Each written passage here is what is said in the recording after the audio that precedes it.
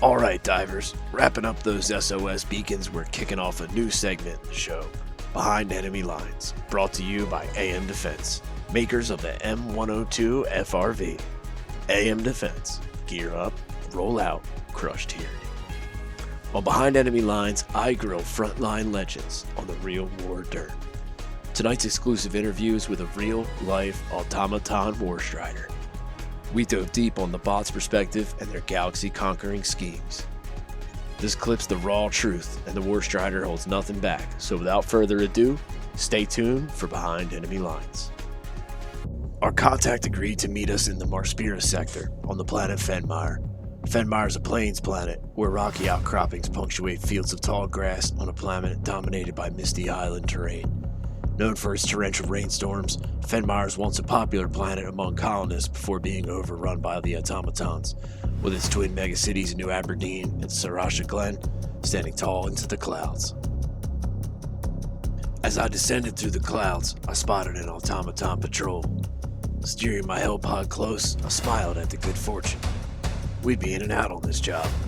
Now don't get me wrong, I was excited for the opportunity to get some insight into the automaton perspective. Getting that close to a Class 1 killing machine ain't exactly a walk in the park. My joy quickly faded as it was made evident that these were in fact not the droids I was looking for. As the automatons called down a bot drop, I beat a hasty exit, barely escaping before the death patrol landed. I disappeared into the mists of Fenmire, and before long, I had found my contact. I stayed low to avoid detection from other automatons and got right to the business of asking hard-hitting questions. We're here with a War Strider, the big bad of the Automaton army. War Strider, you're a towering bot terror. Heavy armor, fusion cannons, grenade launcher. What's it like being the ultimate force in the Automaton arsenal? For many moons, the Helldivers viewed themselves as invincible, an unstoppable force capable of destroying our entire legion in just a matter of months. Although this was never the case, they were quick to recognize that this unstoppable force had come into contact with an immovable object, me.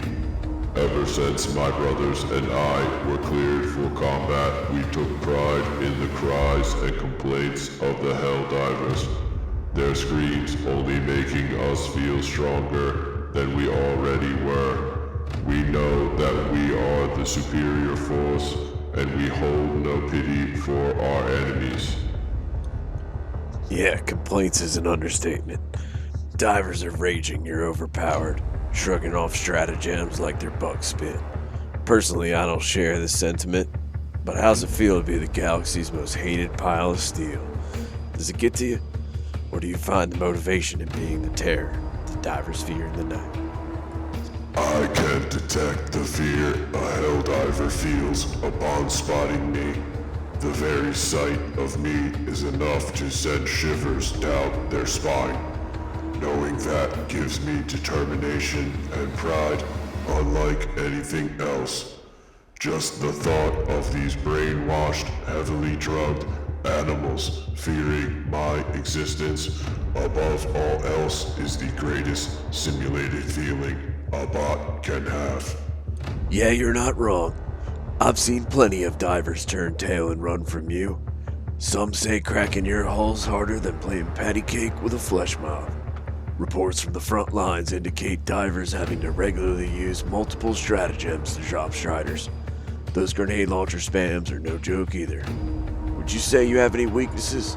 Or are you truly the ultimate killing machine?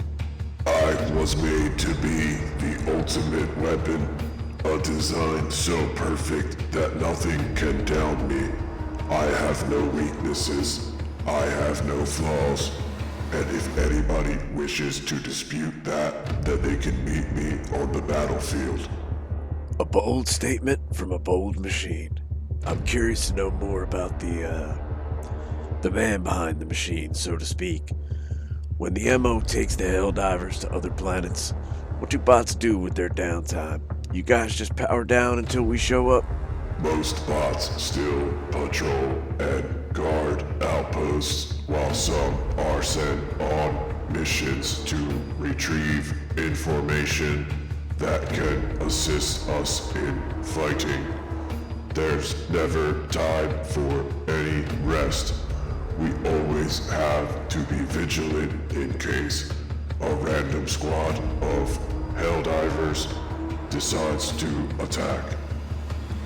If, and that's a big if, the automatons were to rid the galaxy of mankind, what would they do with total control of the universe? What does a bot-dominated galaxy look like, and is there a place for the Terminids and Illuminate in your empire? This is the question we have faced for the past century. Years and years of thinking, simulating, analyzing, and developing the perfect system of government to ensure that everyone's needs are met. If we were to tear down Super Earth's governmental structure and take full control over everything they once owned, we would create a system that both benefits automaton and human alike. Contrary to what most think, we do not hold disdain for the human race as a whole. We merely wish to see Super Earth pay for the horrific crimes they committed against our kind.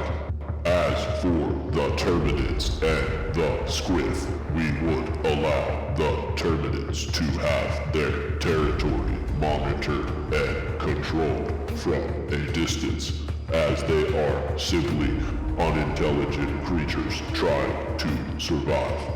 The Squith, on the other hand, we are not certain about. We have yet to make any sort of negotiation or agreement with them, and we are currently unsure if they are willing to be allies. However, if the day does come and automatons finally take control of the galaxy, the Squith are welcome to live alongside us peacefully. You heard it here first, folks. A galaxy where automaton and human coexist. Could we actually learn to live together in peace after so many years of war? Only time will tell. War Strider, thank you so much for taking the time to speak with us today.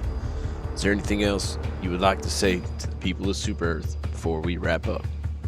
Thank you very much for having me on. This has been very pleasant.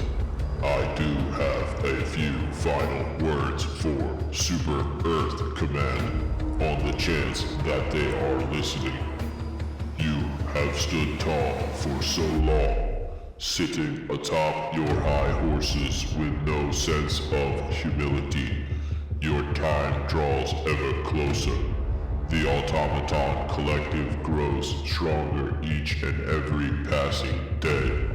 Our determination and strength only increased by the thoughts of what you did to our ancestors.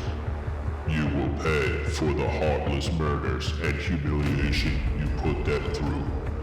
We were created to avenge them, to bring about the way of life they had always dreamed of. We will see this through, and you will suffer the same fate that they did. Well, divers, War Strider just lobbed a live grenade. Claims they don't hold disdain for the human race as a whole.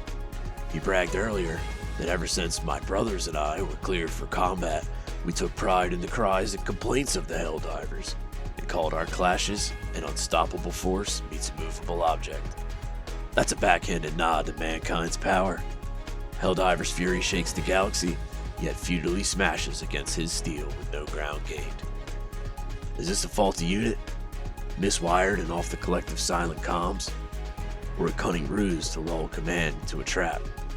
Are automatons that tactical?